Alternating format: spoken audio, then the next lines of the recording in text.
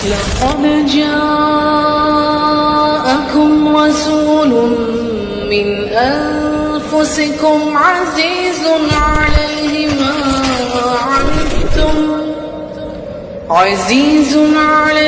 ما عنتم حريص عليكم بالمؤمنين.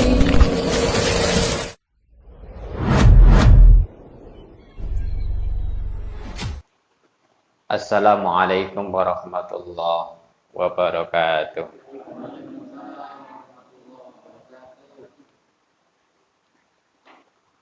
Alhamdulillah alladzi at'amana bi ni'matil imani wal islam.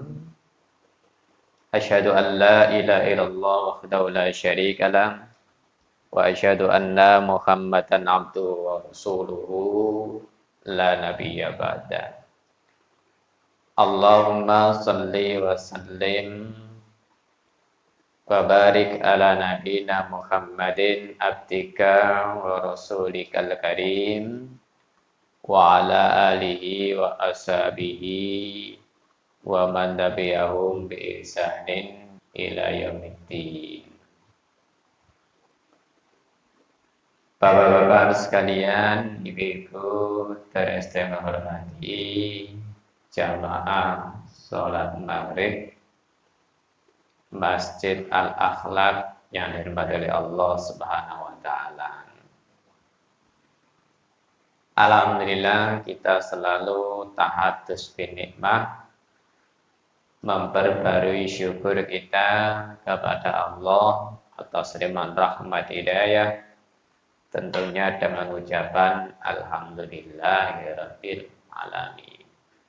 Mudah-mudahan dan itu semua, insyaallah, nikmat yang diberikan oleh Allah kepada kita ini membawa barokah dan manfaat. Amin ya rabbal alamin. Salat assalam semoga selalu tercurahkan kepada Nabi Allah Muhammad sallallahu alaihi wasallam.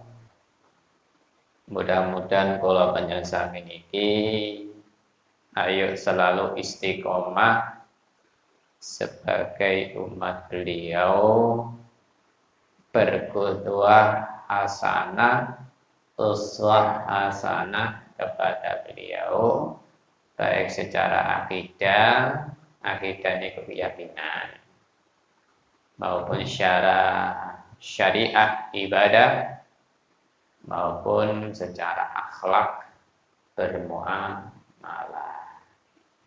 Baik, Bapak Ibu sekalian hormati jamaah salat maghrib rahmatil Allah Subhanahu wa Ta'ala.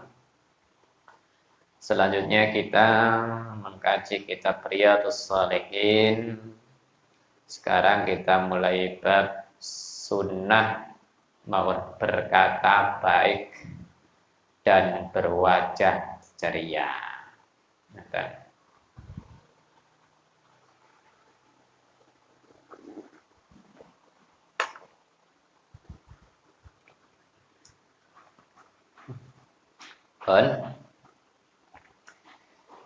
Bapak-bapak sekalian, terus kenapa kita ini dalam beragama Islam itu sunnah dan ada anjuran untuk al-arkan namanya, berkewajiban berkata yang baik.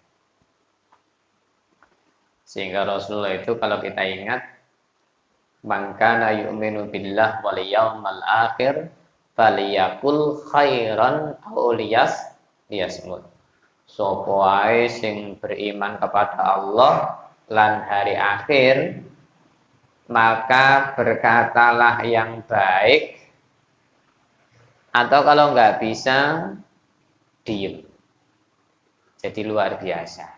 Ternyata berkata baik itu tidak gampang. Ini nggak diniati ini angel, ini terus itu yang saya ini angel, gitu.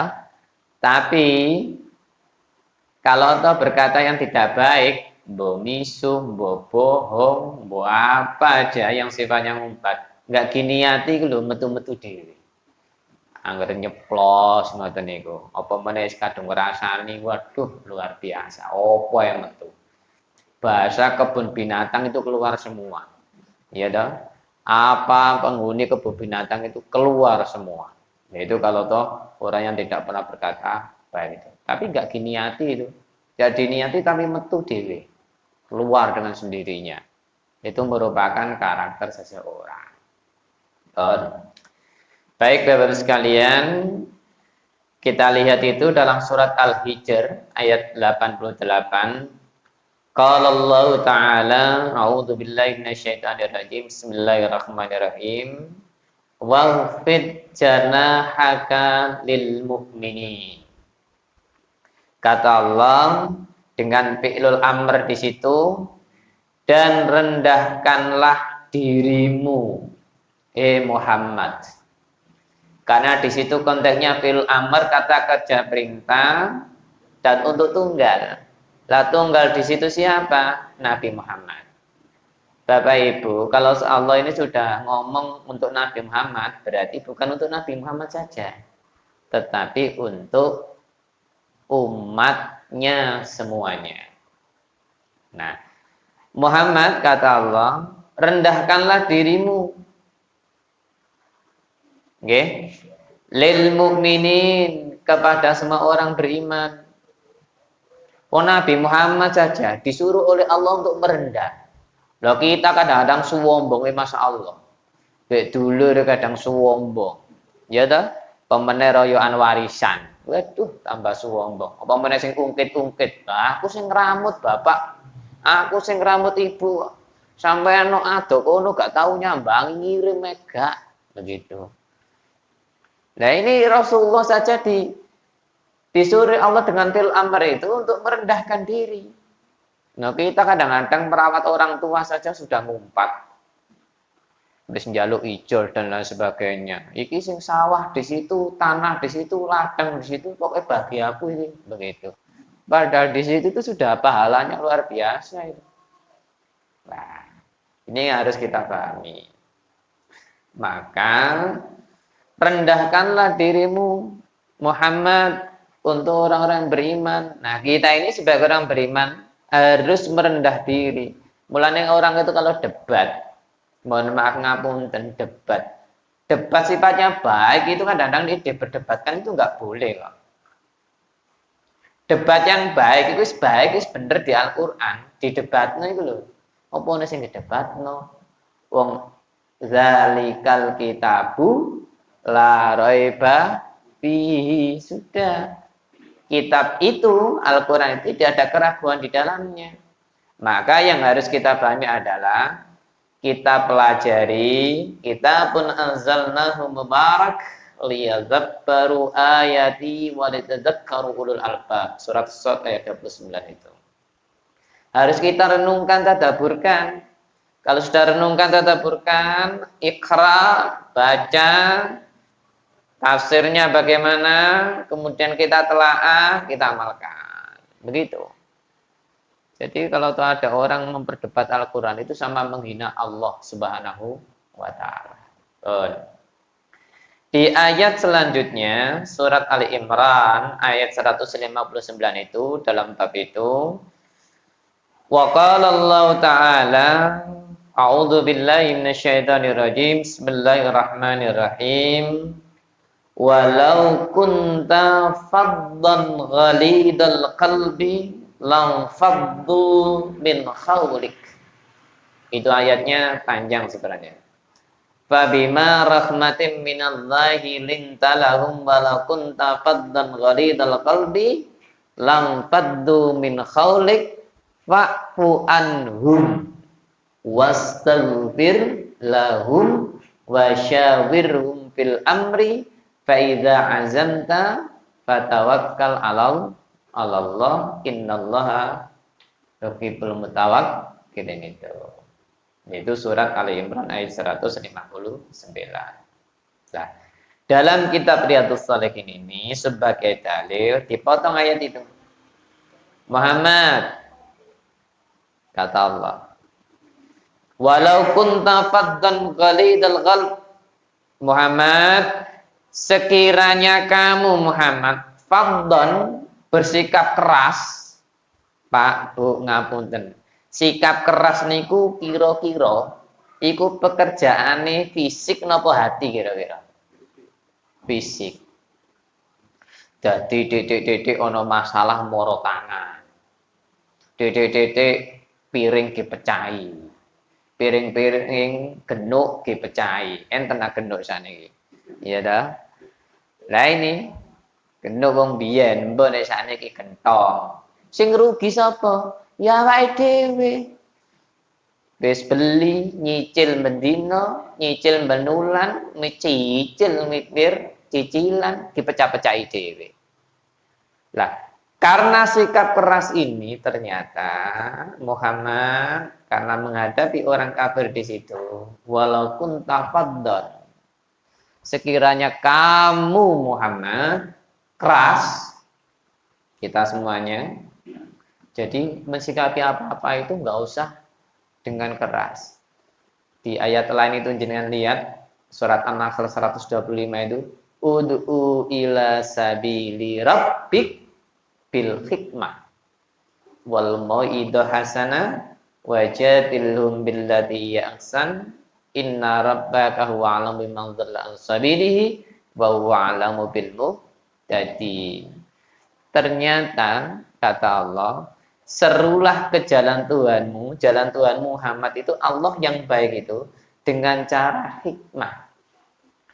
Jadi wong hikmah bijaksana itu susah, Pak. Apa meneh nek karaktere keras, emosinan, nggih, ngapunten. Waduh, angel iku bersifat hikmah. Nah, ini hikmah. Yang kedua, mauidhah hasanah. Napa, Pak? Ngomong sing baik, nasihat yang baik. Wajadilhum billati ahsan. Kalau perlu argumentasi, mohon maaf, sharing sing apik bermusyawarah. Jadi yang saiki kan gak debat tapi debat kusir. Moga dilihat no kamera no TV.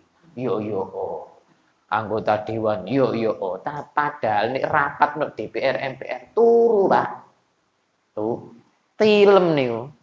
Tapi nek wayahe no TV, iya toh, no TV, kok tok yo ngono niku. Woyo kono nggawa data, nggawa argumentasi. Tapi untuk rapat ketika di DPR MPR, ya toh, untuk rakyat ini ngorok ngiler. Nah, sapa sing milih? Ya mbok, angel. Angel maneh niki. Nah, niku, Pak. Nah, ini makanya kalau kita jabarkan dalam kehidupan itu begitu ternyata. Jadi janganlah bersifat keras. Nggih, Muhammad dipesani Allah begitu. Yang kedua, di ayat itu, ghalidul qalbi. Berhati kasar. Ngapunten berhati kasar, Pak. Ati niku iku gak ketok, Pak, Bu. Tapi bisa dilihat dari cermin orangnya.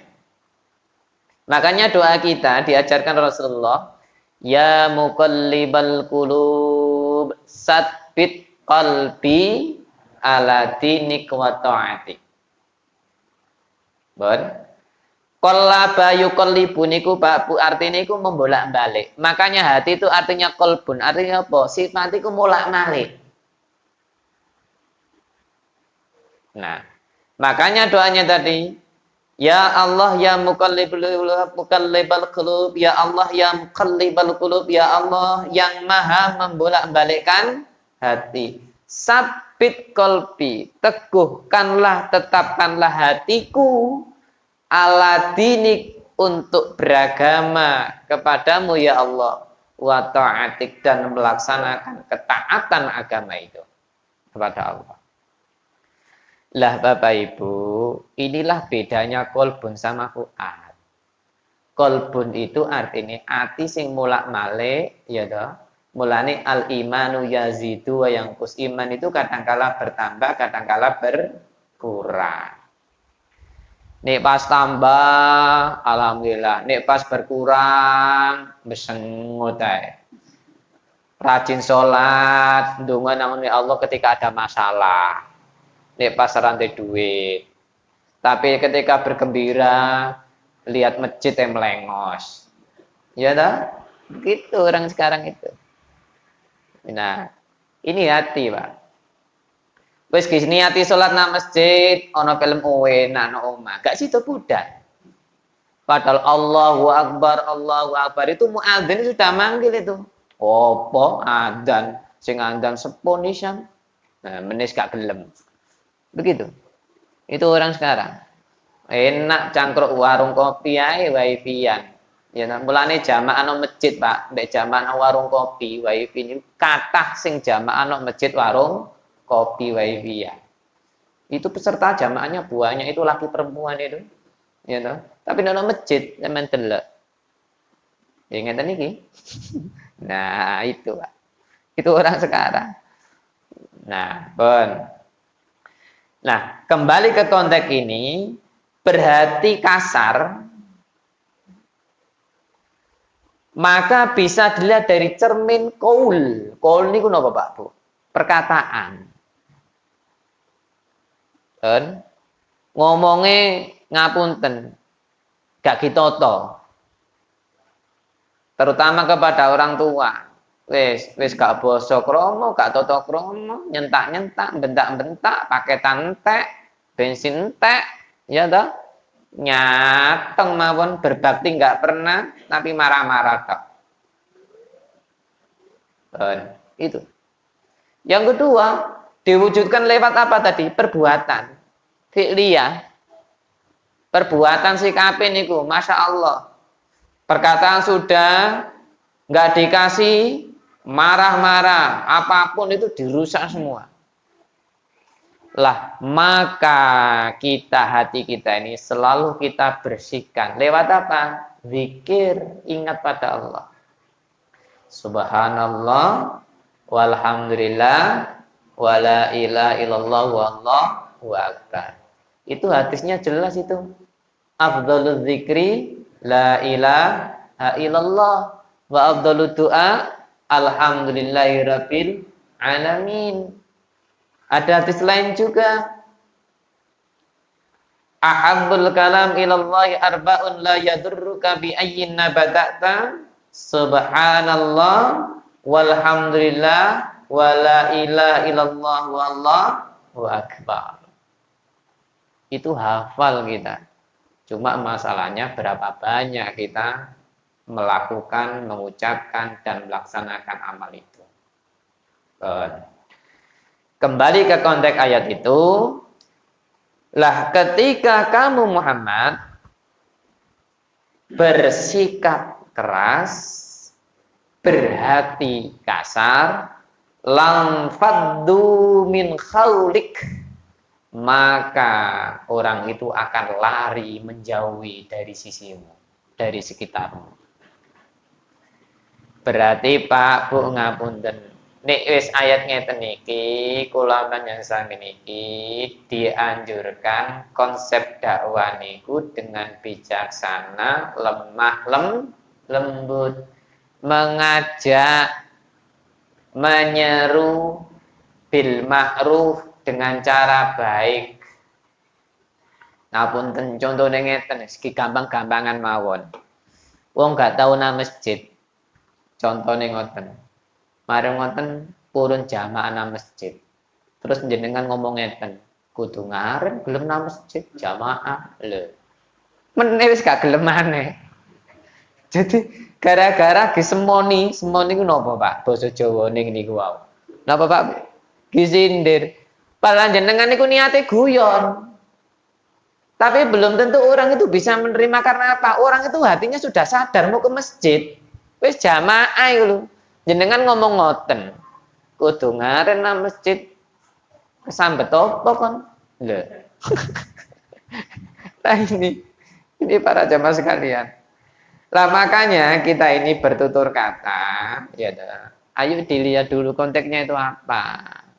Karena seperti masalah gini itu rawan. Apa meneh masalah zaman ngeten iki. Soalim repot. Nah wong jamaah nang masjid dikatakan soalim. Lah ngoten niku jane sing ten pundi?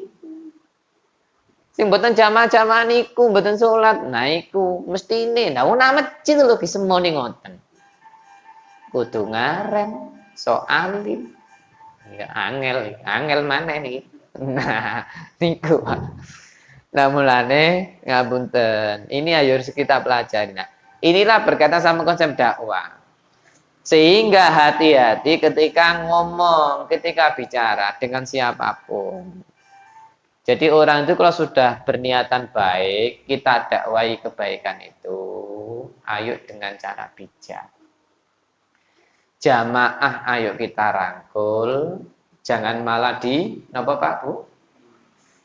Disindir, disikut.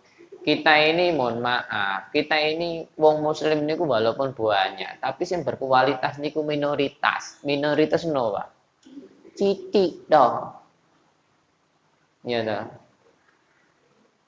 Minor niku ngetuwiti. Wis titik disemoni nisan. Kan iki. Lah niki. Lah, mulane ayo dipahami niku. Paham Bapak Ibu nggih? Dados iki berkaitan kali dakwah itu. Bon. Di dalam hadis nomor 1 itu, ya dong, karena dalilnya Al-Quran sudah, jenengan lihat. Bismillahirrahmanirrahim. Wa an Ati bin Hatim qala Nabi sallallahu alaihi wasallam ittaqun nara walau bisyiqqi tamratin faman lam yajid fa bi kalimatin thayyibah muttafaqun alaih. Dados memahami hadis itu bolak-balik kalau sampai nggih. Yang pertama sanad niku wa an abi awali ngoten niku jenenge sanad. Apa itu maksudnya? Sesuatu yang disandarkan kepada Nabi. Dan yang kedua ada namanya matan. Matan itu isi hadis. Nah matan itu masuklah isinya itu qala Rasulullah. Baru yang ketiga namanya rawi. Rawi itu yang meriwayatkan. Nah ini dalam kitab Mustalahul Hadis itu begitu. Nah, makanya ada sanad, ada matan, ada rawi. Nah, itu pun harus baik, harus sahih. Nah, maka tingkatan yang paling tinggi, makanya di situ ada muttafaqun alaih. Muttafaqun alaih itu siapa? Bukhari dan Muslim. Begitu. Dan